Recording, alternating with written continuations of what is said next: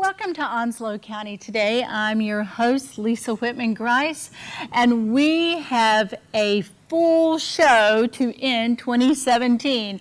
We'll be talking with Onslow County Manager David Cotton. We'll also speak with Harry Smith, Onslow County Tax Administrator. We're going to learn all about the new Community Paramedics program with Christopher Dudley and Cheryl Grant. And finally, we're also going to be talking with Tondria Leach about a masquerade ball to benefit peers. Our last guest, well, that's going to be a bit of a surprise because he's a little bit of a celebrity. Thank you as always for joining us for Onslow County Today.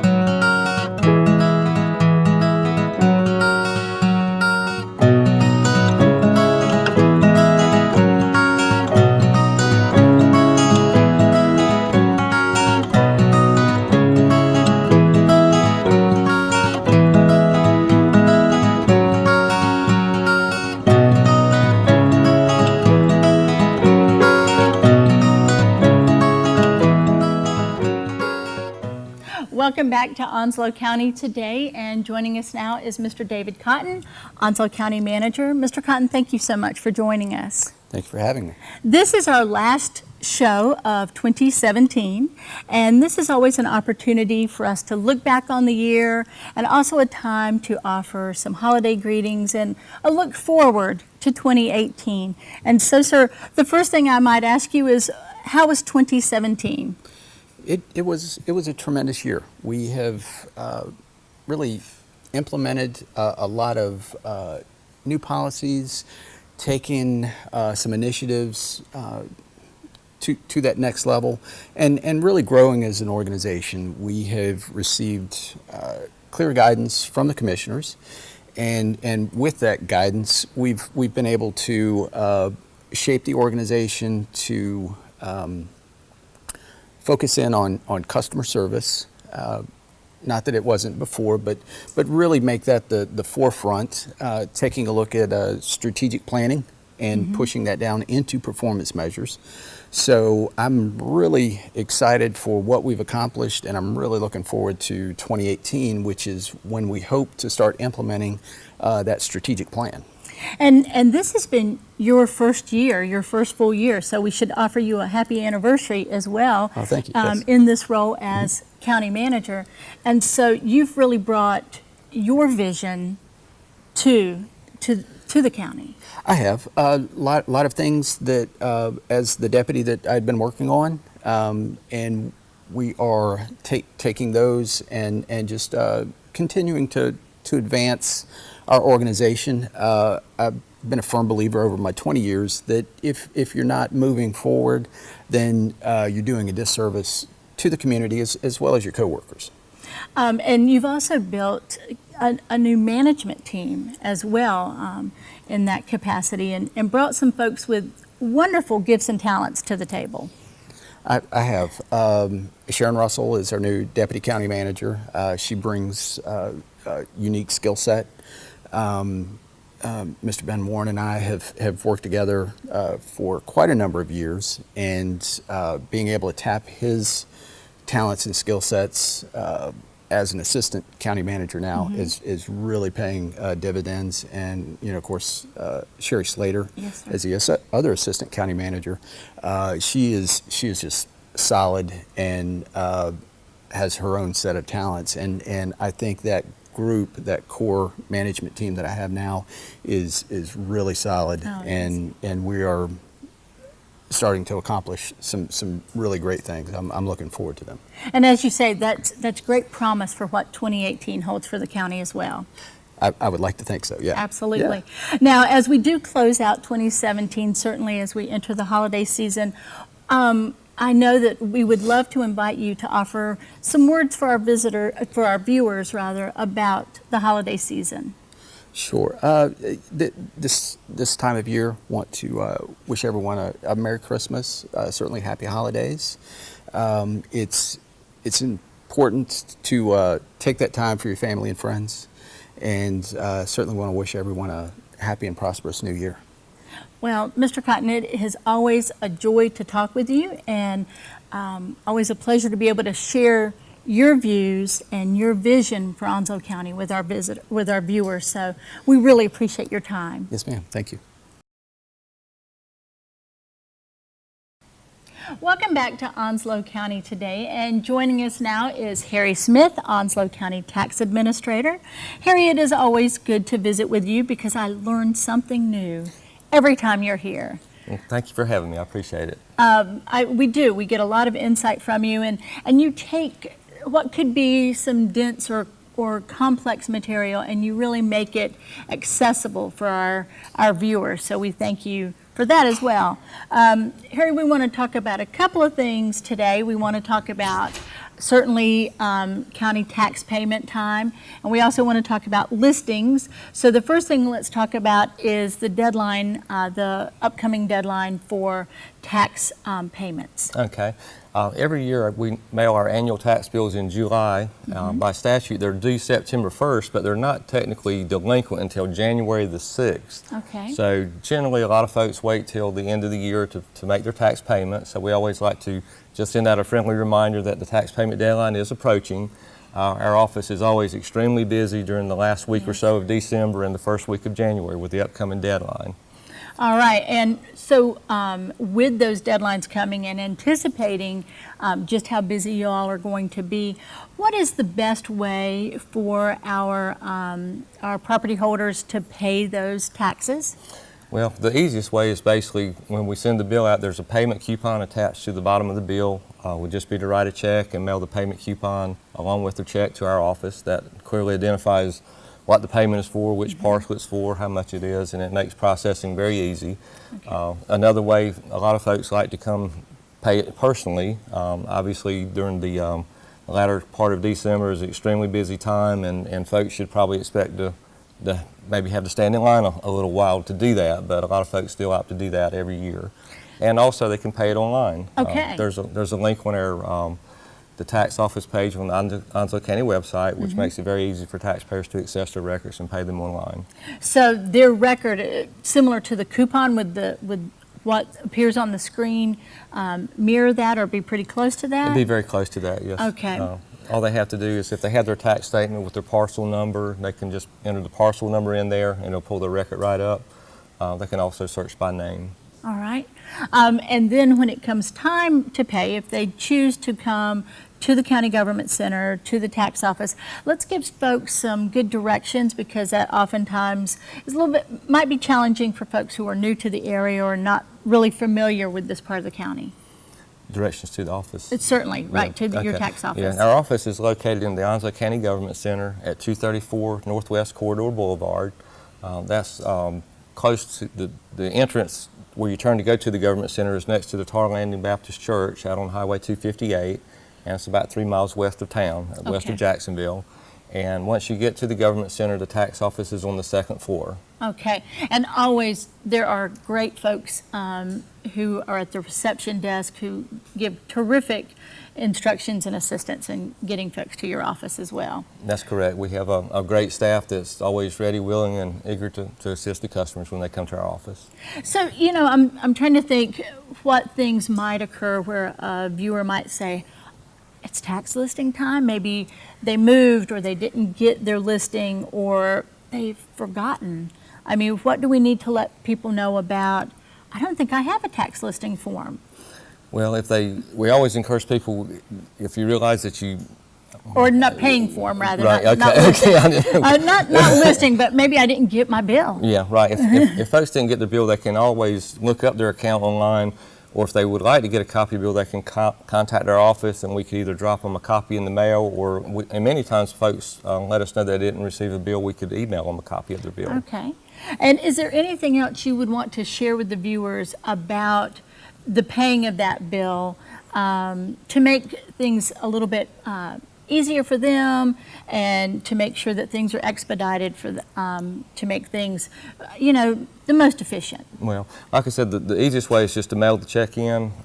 If you prefer to come to our office, just be prepared to wait a little bit if you wait till the last minute. And obviously, we don't have any control over that. We do try to expedite folks through the line as quickly as possible, but primarily we want them to make sure that we're as accurate as possible and that we're able to help them identify all the accounts that they need to pay on.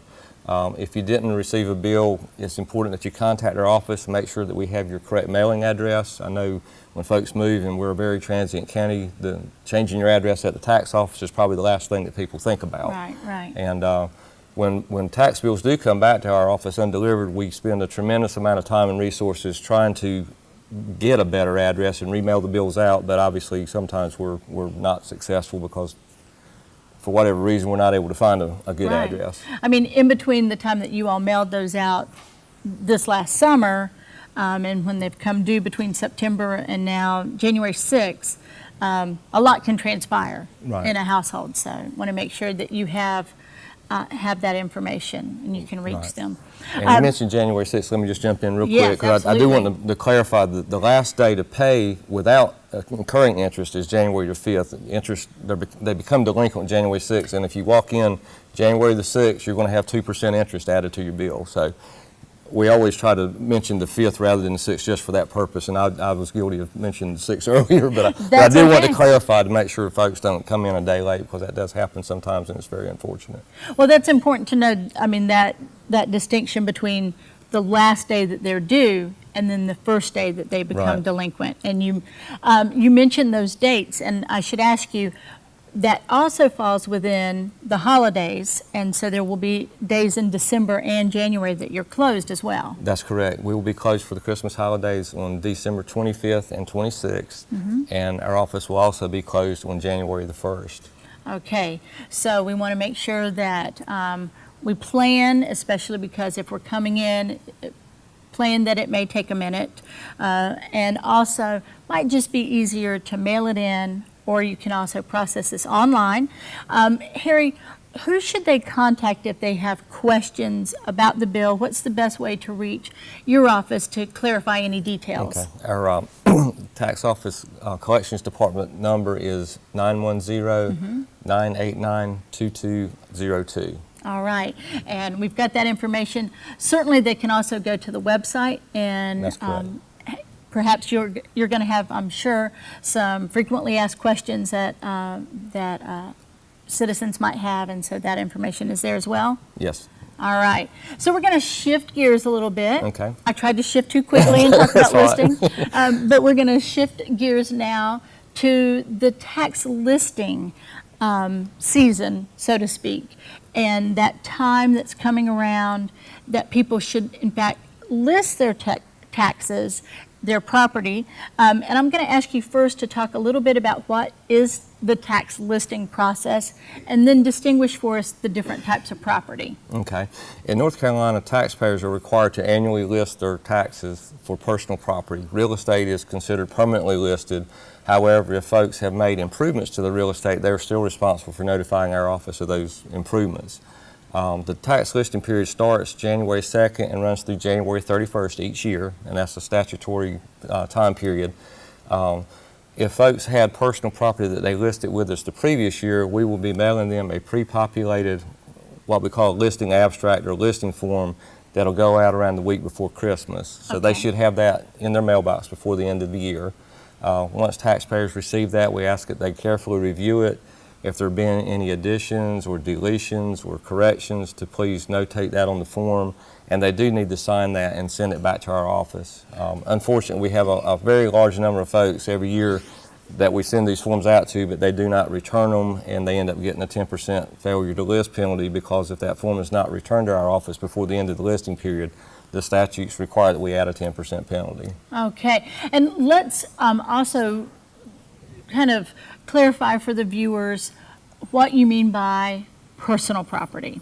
Okay, personal property includes things like manufactured homes, double-wide, single-wide homes, permanently tagged trailers, business personal property equipment, which could be anything that a business uses in the production of income, such as their computers, their furniture, fixtures, machinery, those types of things, bookcases, whatever it may be, that's personal property. It also includes airplanes and includes boats and motors. All right.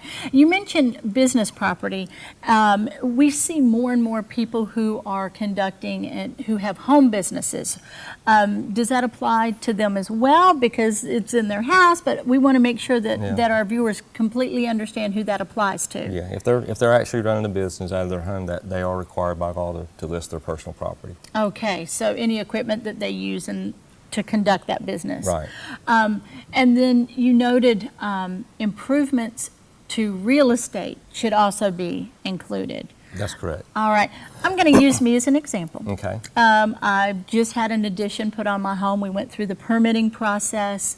Would that be captured during that process, the final inspection, or do I need to still do that information? Well, technically, according to the statutes, it's the owner's responsibility to notify us. Okay. In most instances, it is picked up through the building permit process, and a lot of folks make the assumption that since they got a permit that it's going to get listed, and sometimes they fall through the cracks. But technically, it is the owner's responsibility to list it. Let's see. And we don't actually send a listing form to all the real estate property owners, but a couple of years ago, we did begin mailing out tax listing information sheets to all real estate property owners to advise them of the listing requirements, and it kind of gives them a checklist to go through to see if any of these conditions apply. Then they need to contact us and get a listing form. That form also includes information about the property tax relief programs that are available for our elderly and disabled, and for disabled veterans, and other types of properties, nonprofits that may qualify for a tax exemption, to advise them that they need to contact us and file those applications during the listing period. So you all really make every effort to, again, take what could be pretty complicated and really break it down for us so that that information is available. And some people may not be aware, even because they've lived here for quite a while, they've always paid their taxes, and didn't realize that now they may be eligible for some of those relief programs. Right, that's correct. A lot of folks don't realize it every year, and I think a couple of years ago was the first time it actually got put out on Facebook, and we had a tremendous number of kind of last-minute applicants come in that found out about the programs and decided to take advantage of them. And there's a number of criteria. I mean, I know we perhaps can't give every specific detail, but there's criteria as well that some people may not even realize that they fit within that. Can you give us just some examples? Yeah, for the elderly disabled exclusion, it's you have to be either 65 years of age or permanently and totally disabled, and we do require a physician's signature to verify that condition exists. With that program, there is an income limitation, and the 2018 limit is $29,600. Okay. And the state does require us to include income from all sources, which includes your Social Security or any retirement benefits or interest earnings or anything like that we have to include when we're doing that calculation. Okay. For the disabled veterans exclusion, we use the same application form, but there's an additional form that the veteran has to fill out. It has to be submitted to the VA office, and we facilitate that through our local Veteran Service Office. Okay. They're very helpful and instrumental in helping us get those submitted and returned. They are returned back to the veteran themselves. They don't come back to our office, so sometimes the veteran doesn't realize they have to bring that form into our office in order to complete the process. So, but we have actually more folks enrolled in the Disabled Veterans Program than we do in the elderly disabled now. All right, but these are all opportunities for folks to perhaps have some relief from that tax listing and then the tax bill that may accompany that information. Harry, as we end 2017 and we're coming up on these deadlines, again, is there anything you might state either regarding the payment process or the listing process that you want our viewers to be well aware of? Because sometimes in the holiday hustle and bustle, things might get, lost, as you say, kind of slip through the cracks. Yeah, and that's true, and it's kind of unfortunate that the tax deadlines coincide with the holidays every year, and it is easy to get it get kind of lost in the shuffle, if you will. But just to reiterate the deadlines again, tax payments need to be received in our office or postmarked by January the 5th in order to be considered timely. And the listing period ends January the 31st. And we always encourage folks, if they have any questions, please contact our office. We'll be more than happy to provide any information that you may need or answer any questions that you may have. And if we don't have the answer, we'll get it for you. All right. And Harry, we do want to very quickly revisit one thing, because we know that you and your team have been out and about in the community. You visited with us not long ago talking about the revaluation process, and you're still out and about sharing that information. So you're still interested in receiving invitations from civic groups, churches? Yeah, if anybody would like for us to come do a short presentation about the revaluation project that's going to be taking effect in 2018, contact our office, and we'll be more than happy to try to accommodate you. Well, Harry, we want to thank you. Again, a lot of information to share, but vital information, time-sensitive information. So thank you for taking your time to come out and talk with us today and share this information with us. It's a pleasure as always. Thank you for having me. Welcome back to Onslow County Today, and joining us now are some new faces joining us here for our visit. We have Cheryl Grant with Onslow County EMS, and we also have Chris Dudley joining us as well. We thank you both for being here today. Thank you for having us. This is a really interesting topic. I was myself not familiar with it until your office reached out and shared with me a little bit about it, and that is the community paramedic program that we're going to talk about today. Before we get to that, though, we want to know a little bit more about each of you and your history of service with the EMS. And so, Cheryl, we'll start with you. How long have you been with Onslow County EMS? I started in 1995. Wow, okay, so 22, almost 23 years? 23 years I've gone over this month. Congratulations, Thank 23 you. years. And the one thing I always like to talk about people who are in public safety roles is what drew you to that field, Cheryl? Boy, I don't know. I just like helping people. I started out as a volunteer in Onslow County before there were paramedics back in the 80s. Right. And then in 1988 or 89, they started with paramedics. And I had moved to California, so when I came back, I got into the paramedic program and came back to work here.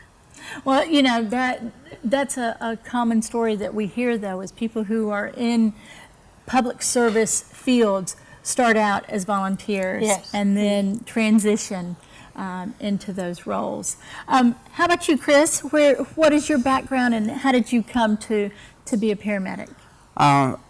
Again, I started volunteering in the 90s with Ogden, New Hanover, and Wilmington. I was involved for maybe about 10 or 12 years. Got out, was out of EMS for probably 14 years. And then came back, got my paramedic again, came to work at Onslow. I've been here for going on 4 years now. Was lucky enough to see an opportunity to help implement a community paramedic program, and got Cheryl on board, and here we are. Well, we want to talk about community paramedics. We know and we think about those folks who respond in times of emergencies to our homes, and to scenes of things like accidents. But this is a slightly different role for paramedics here in Onslow County. Chris, can give us a little bit of a definition or understanding about community paramedics versus what we think of as that traditional role? We don't respond to 911 calls like regular EMS. We get referrals. We kind of fill gaps in the healthcare setting. We address, high utilizers of 911 system, high utilizers in the ER, patients that are at high risk for readmission. We also get referrals from other agencies, from the health department, from CC4C. We have a safe landings program that we've started to deal with high-risk mothers and drug-addicted babies. We also get referrals from social services from both adult protective services and child protective services. We even get referrals from Jacksonville Police Department. Okay. So the longer that we're doing this, the more connections that we make and the more areas we're kind of finding to help people. And not all of them require a lot of help. Some of them just need a helping hand, maybe a referral. Cheryl has done an amazing job collecting referrals, finding referrals that most people didn't even know existed. She's really good at finding some great ways to help people. So, Well, and you know that's exactly what I was thinking. Is after 23 years in the profession, in the field, Cheryl, you have seen how the need really for a community paramedics program versus that traditional. And I'm sure even if it didn't have that specific title, community paramedic, you were probably doing that all along in some capacity. I think all paramedics do that. You go to these repeat callers of the 911 system, and in the back of your mind, you're thinking, how can I help these people to help them not become a part of the system? Right. Whether it be, are they hungry? Are we taking them to the ER because they're hungry? Are we taking them because they're cold and they don't have air conditioning? Why are we going out to these houses over and over, and what can we do to help them? So it could be a fall risk, so we find them a walker, or we take up their throw rugs, and there's all kinds of ways to help people. Well, you know, again, this idea of a community paramedic also may require some changes in the culture of how people view paramedics and even the training. Chris, talk a little bit about that, changing that role and what that will involve. well, the training for a community paramedic, every area is different. Across the nation, states are implementing things. Both me and Cheryl did Hennepin Technical College. We went through their community paramedic program, which was basically a semester-long, 12 college credit hour class. And that's where we got our certification and stuff from. But there's several other programs. There's one in Fayetteville that's doing one at the community college. North Carolina is working on putting together a curriculum and program that the community colleges are going to start doing. And every area is different because a community paramedic, it's not like if you're certified as a paramedic here, the other end of the state, you're doing the same thing. Right. Because you're providing emergency medical care, so that's pretty standard. With community paramedics, it's really location specific. Right. Some areas that have CP programs focus on high-risk falls, and that's all they do. Some places focus, like New Hanover, their main focus is on reducing hospital readmissions. Here, we're kind of in a unique position where we have several things that we focus on. I mean, we do the high utilizers on the 911 side. We do the patients that are at high risk for readmissions through the hospital. But we also deal a lot with mental health and substance abuse issues. We're starting to work with high-risk mothers. And just out in the community referrals, we do a lot of connections where maybe somebody isn't having a medical issue, but it's more of maybe a social, or they don't have food or a resource. And maybe one of our medics says, hey, you know, we went out to this patient, they did a refusal, but we noticed they really didn't have a lot to eat, or they didn't have clothing or something. And it's really simple for us to make a referral or a connection and connect them to a resource and get that issue solved and move to the next patient. But we find that there's a lot of resources in this county and a lot of people want to help, but there's still a disconnect on how to connect those people to those resources, and that's the gap that we really fill. And a lot of that, again, has to do with getting out in the community, meeting people, learning those resources, and then just connecting them. And that's really what we do. You all are really that conduit. You're the conduit between the patient or the citizen in need and then the resource that's in the community that can best serve them. We have gotten people hospital beds because they continually call us because they're falling out of bed.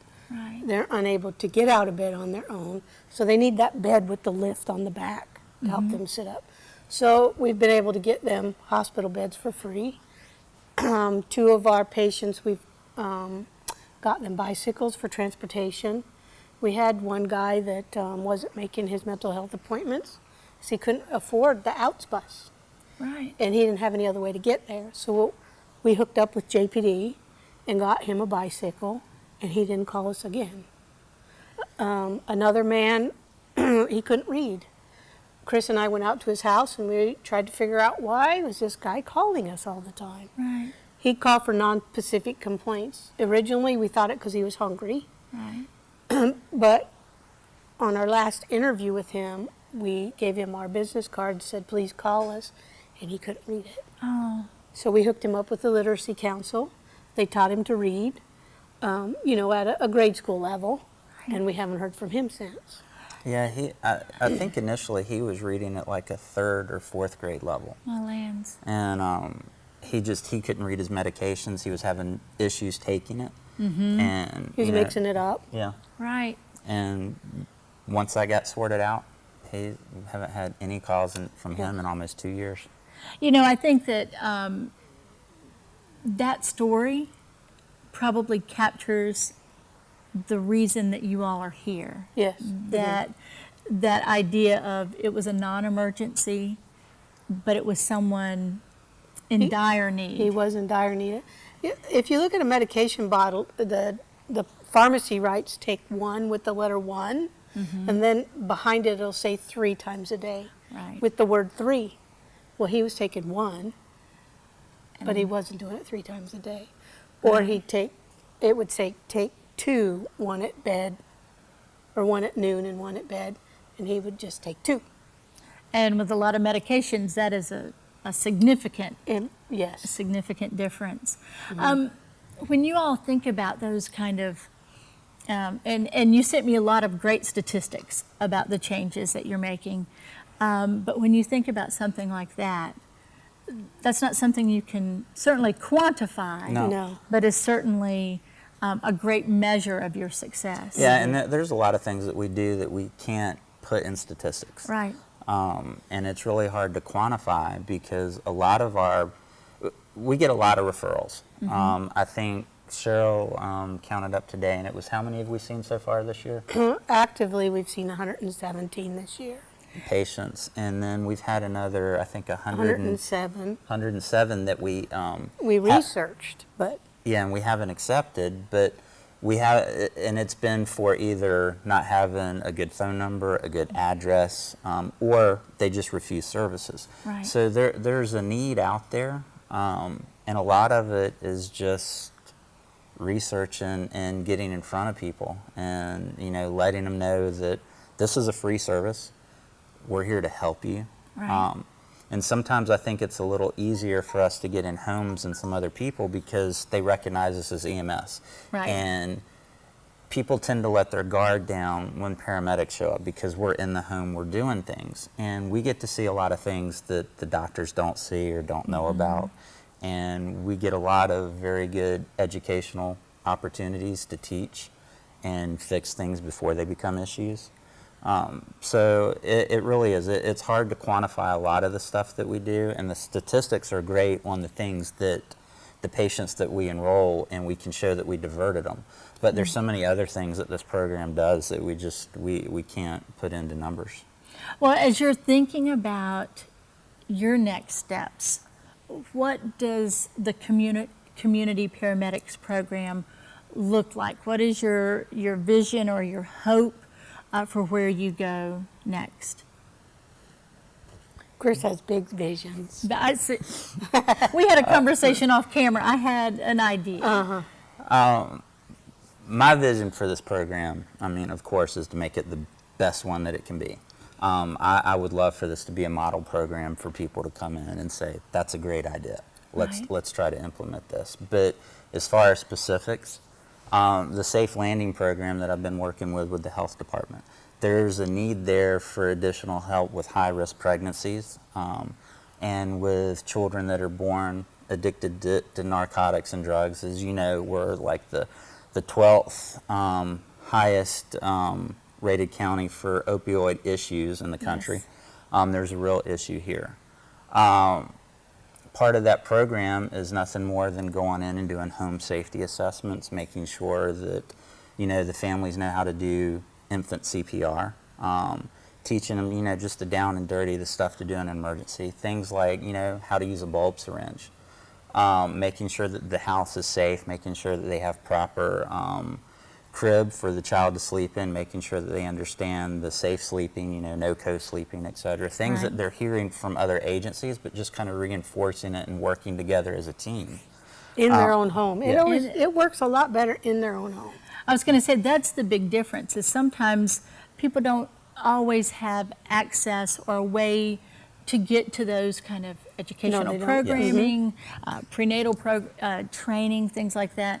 And you all make it personal in that you take it to their home in their safe space. In their safe space. What has been the reaction? What's been the response of people that you've worked with? Certainly, the best response, I think you said, Cheryl, was we didn't hear from them again. Yes. We get letters from them saying thank you. I'll see them, I'll be in Walmart. They'll come up from behind me and tap me on the shoulder, say thank you very much, you changed my life. Those kind of responses really touch your heart. They really do. And if you wanted, you know, our citizens to know how they could help you, are there things like, you know, letting you know if there's a neighbor in need or someone in their immediate vicinity that needs help?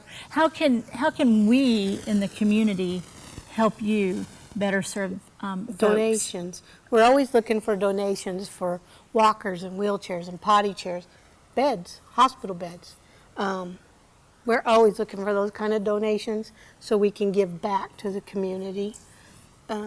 If we get too many of those things, we share them with senior services. Yeah, right. And we also share them with other places. We just gave a lady a motorized wheelchair that was given to us. And But, yeah, it's changed her entire life. She's able to get up and move about now. Those kind of things is save your grocery bags. The ladies at the Baptist church in Swansboro is collecting your grocery sacks, the plastic ones, and they may make mats for homeless. They crochet sleeping those. mats. Yes. We give those out. We have them on our ambulance. We also got JPD in contact with them also, so we've put them in police cars. The nurses at the hospital are making hats for the homeless, either by crocheting them or sewing them. I don't do that, but they give them to us and we put them on the ambulance. So we're putting the mats out. JPD's carrying some of those. The supervisors have them. So and it's little things. I mean, you know, again, that's one of those things that you don't keep a statistic on, but it's providing a resource. And you know, we had, just to kind of go back from a previous question where we were talking about, you know, what kind of feedback do we get? We had another example is we had a gentleman that was riding his bicycle from Virginia. He had just lost his mother, had no other transportation. His dad was really sick in Florida. He was homeless, and he was going to ride his bike all the way to Florida. He made it all the way to Swansboro and had called 911 because he was exhausted and just wanted to get checked out. Medic unit showed up there, and we have such great medics. They knew that there was an issue, and it wasn't. He just wanted his blood pressure checked. Right. They asked him questions, got his story. They went inside, bought him food, and then they called us. And we called David, our EMS director, and he was like, yes. He was like, we need to help him. So they put his bike in the ambulance, took him and met me at the shelter. We got him in the shelter here, the homeless shelter. And then we worked with ALTS, Carol Long, and we were able to get him a bus ticket the next day. And we got him to Florida to see his dad. And kind of where I was going with this is, he called me the day before Thanksgiving, and he wanted to tell me that his dad was doing really well, was getting to the doctors. He got a job. He's working in a fish store. And he said, he was like, you guys were amazing. He was like, I don't know what I would have done. You said little things, but it's little things that make a huge difference in people's lives. Again, we started our conversation talking about the difference between what we think of as that traditional paramedic who responds to a 911 emergency, and you all have taken that idea and taken what, as you say, your paramedics probably do every day, and turned it into, I don't even know, a really kind of a community angel network of people who are there for folks in need. Again, as we kind of close out our conversation, if people do want to help or do want to make a referral or ask your assistance, what's the best way to reach you all? Right now, we're only taking referrals from the hospital, Okay. our own paramedics, social services, because it's only Chris and I. Yeah. We only have us two working at it. Hopefully, within the next year or two, we'll be able to put more people on board. So if they really want to help, donations are the biggest help that we could use. Okay. I have to return to that because, you know, as we've sat here and had this conversation and we talked about the team, you know, at EMS, you mentioned you had helped 117 people this year. And I just want folks to make that connection. 117 people whose lives you've changed, and it's two of you. Yes. And it's two of you. So we want to remember at this time of year what you all need so that we can help you. And as Cheryl, as you said, it's things like donations of walkers, wheelchairs. Anything else come to mind as we're all pondering what we can do to help? Stock up the food banks, because we do utilize the food banks a Yes. lot. Okay. So we all need to be participating in the food banks. The clothing, we do use the places that give out clothing. Right, sure. And those are the things that are really needed for our community right now. Well, on behalf of our community, I want to say thank you to you both. Again, we are always appreciative when that face shows up at our door in time of whether it's an emergency situation or a dire setting that folks might be in. And so thank you for what you do. We look forward to future visits because I can't even imagine what you all will be able to accomplish next. Anytime you want us back, we'll come update. Oh, well, thank you. And thank you for sharing those personal stories and, Sure. and for the differences you're making. Thank Thank you. Welcome back to Onslow County Today, and joining us now is Tondria Leach with Onslow County Peers. Tondria, welcome. Thank you, thank you. Anyone who watches Onslow County Today knows that I am the biggest fan of Peers and what you all do. We appreciate it. And for our viewers who may be new, please give us a little bit of background about the Peers program and really the work that you all do in our community. Okay. Well, Peers was started 40 years ago by a group of social workers and the JCs in the area. And we started in the back of a little church, and we have grown, and we're now located at 151 Cheney Avenue, downtown Jacksonville.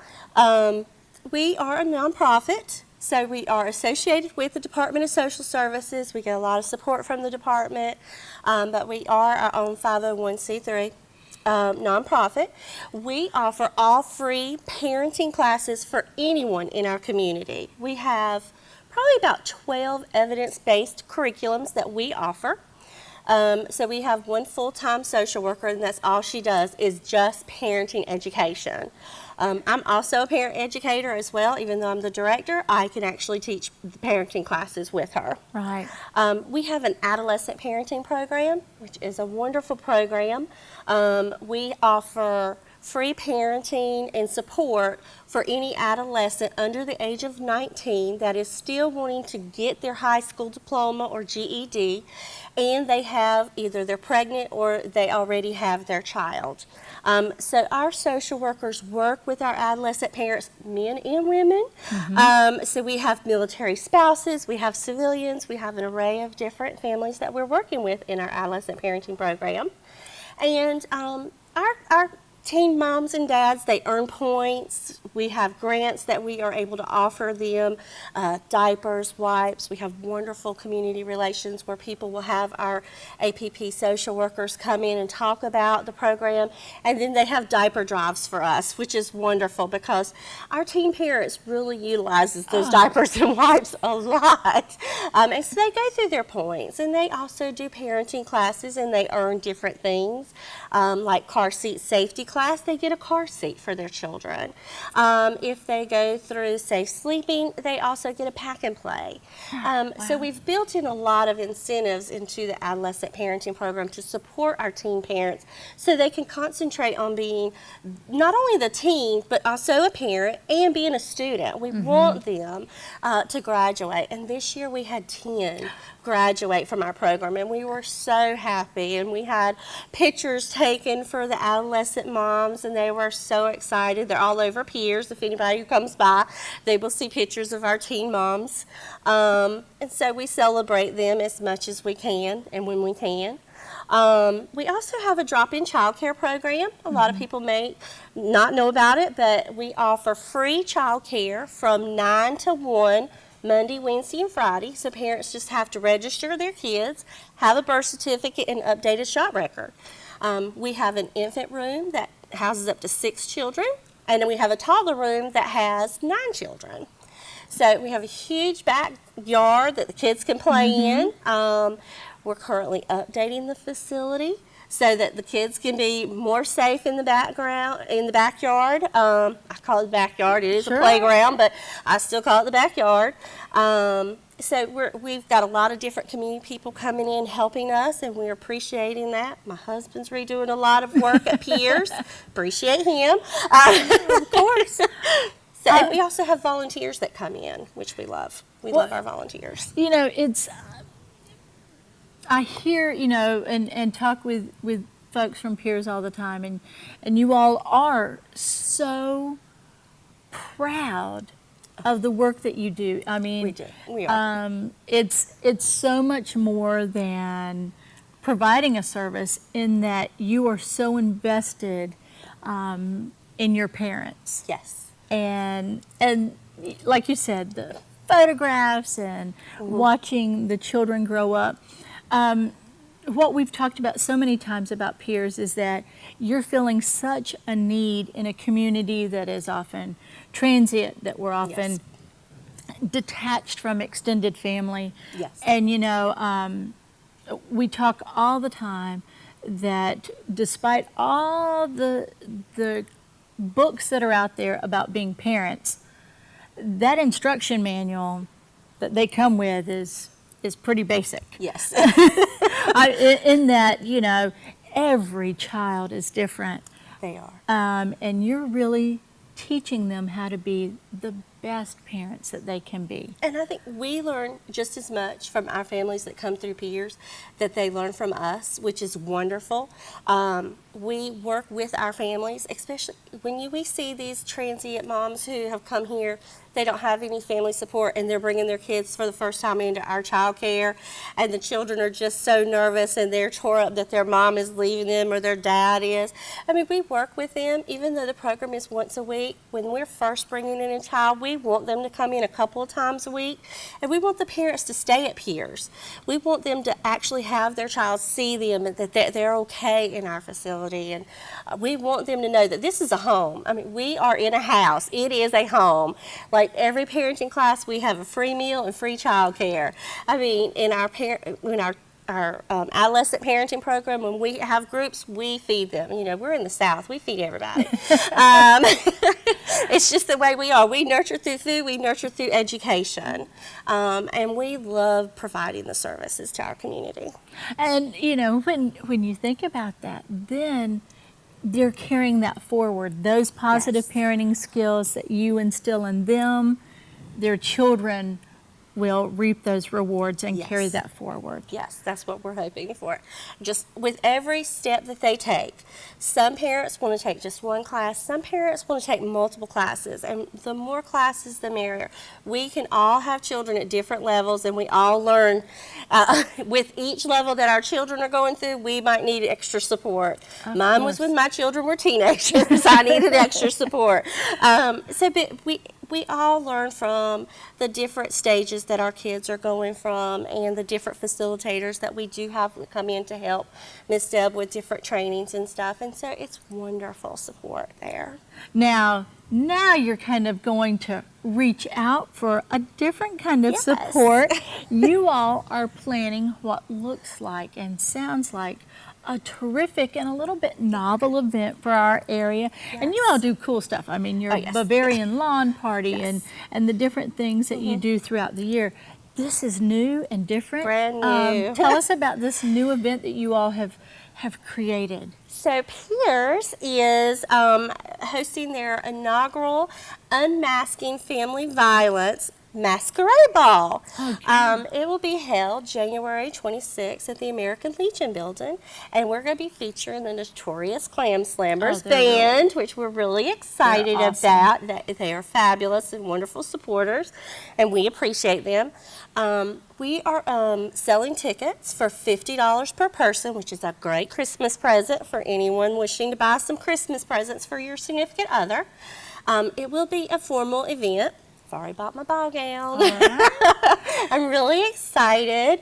So we are going to have games.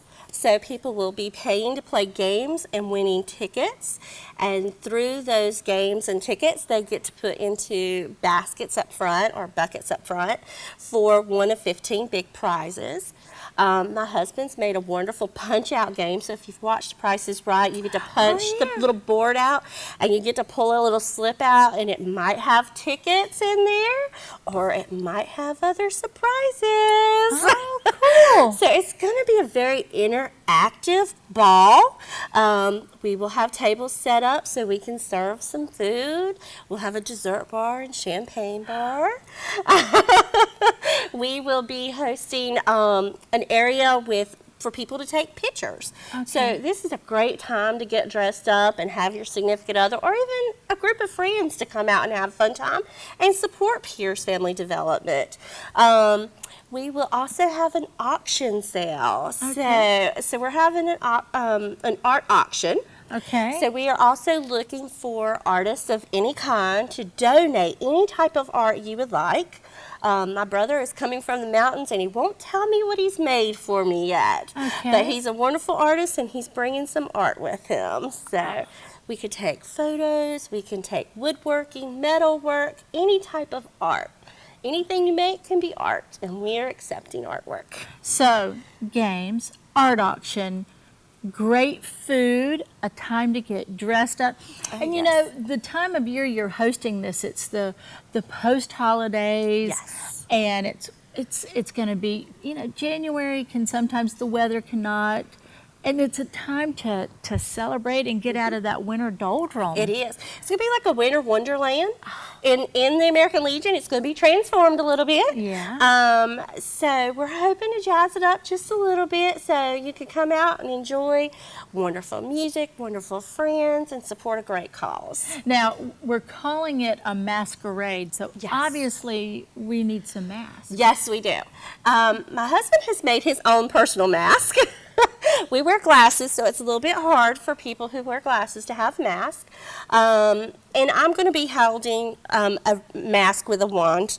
Okay. So most of my staff are purchasing their own. We will have a table set up with a few masks, but we do ask that our participants do come in a mask. We would love to see everyone dressed up in a mask and take some beautiful pictures. I just think it's going to be a wonderful time in this community to get out to know our community providers. We are supported by so many great organizations. But this is our time to get our support through our community. Okay. We offer everything free, and we love doing that. But we as peers, we're paying for everything that we possibly can that our grants don't pay. Right, right. So this is our time to do that. Now, if we want to get tickets, what do we need to do? Please call our peers office at 910-333-9725. Any of our office staff have tickets available. We can bring them out. You can come by. You can drop by. We want the community to drop by and see all the hard work we've done at Piers. We're giving it a whole facelift. We only have 2 more office spaces left to do.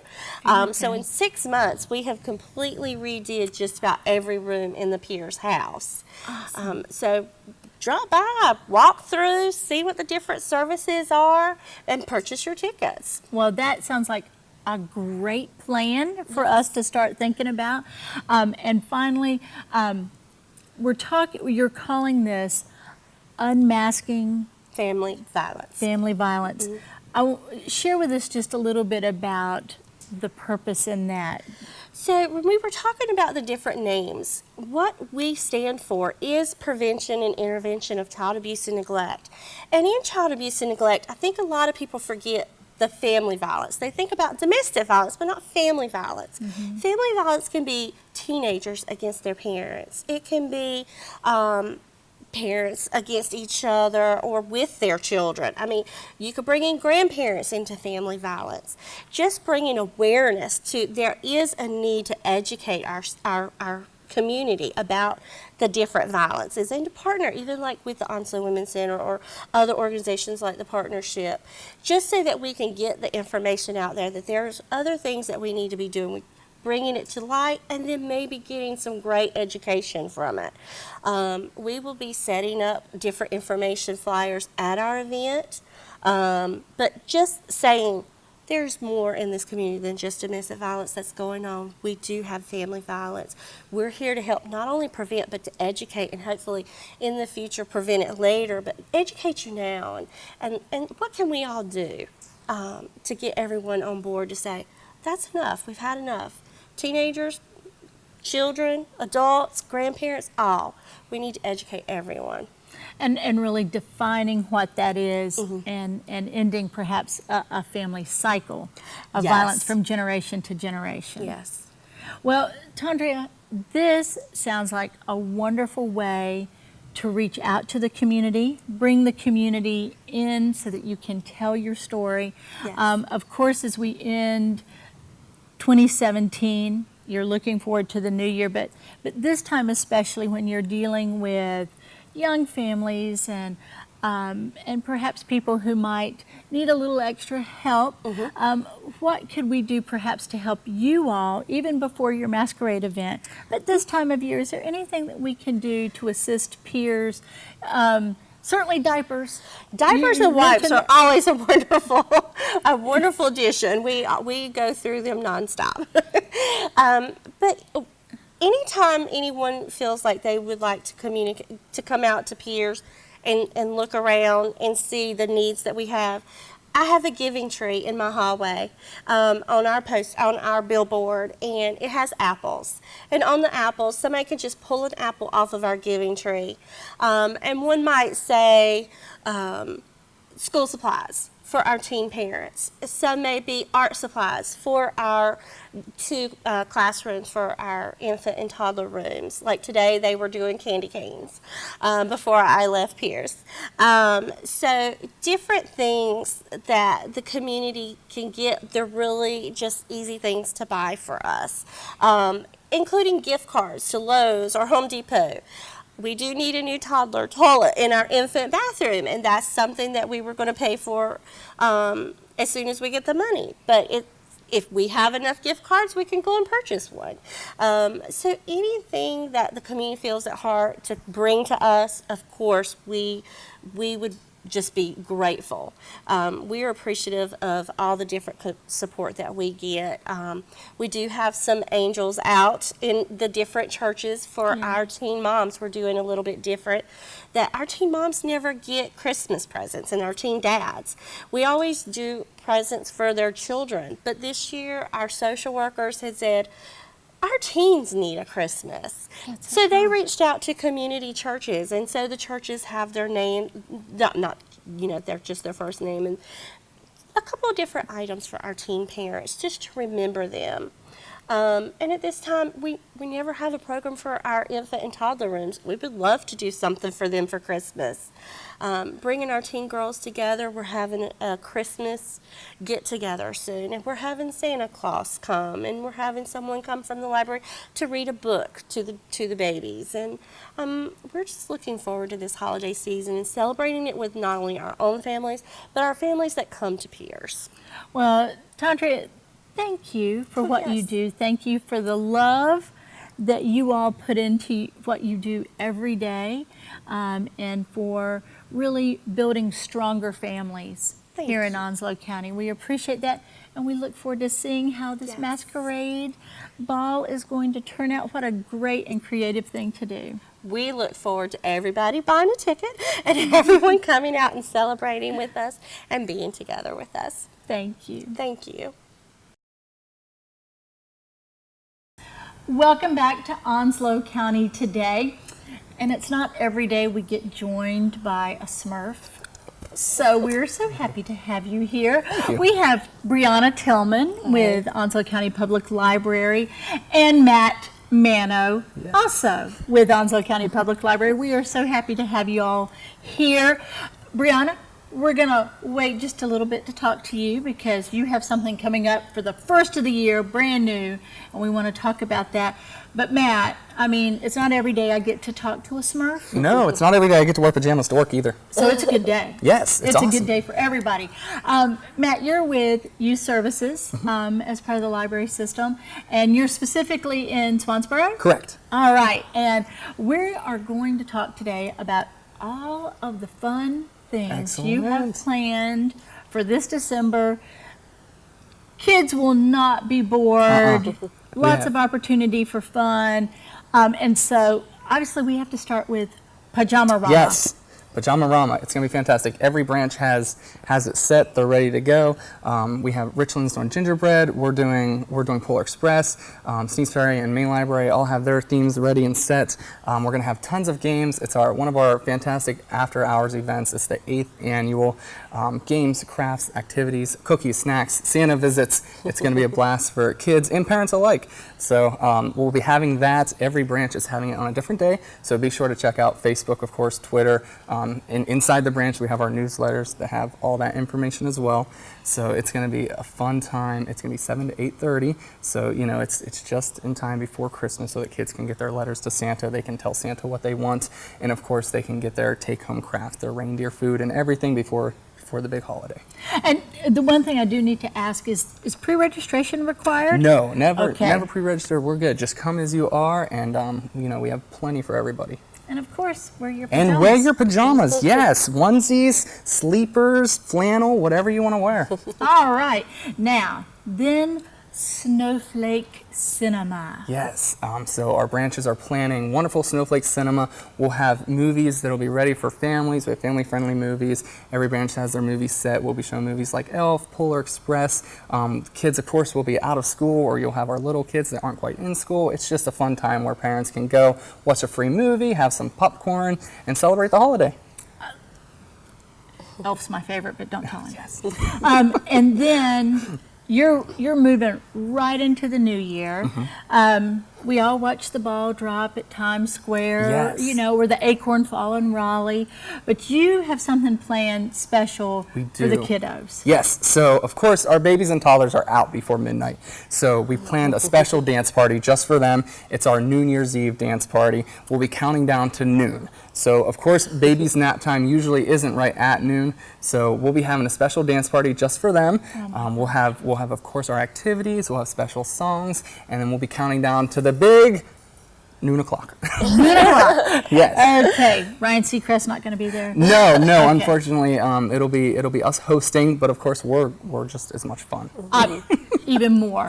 At noon. Yes. That really is about when I would like to celebrate. It's tough to make it to midnight. It is, and we won't have pork and sauerkraut, but we'll still have a lot of fun.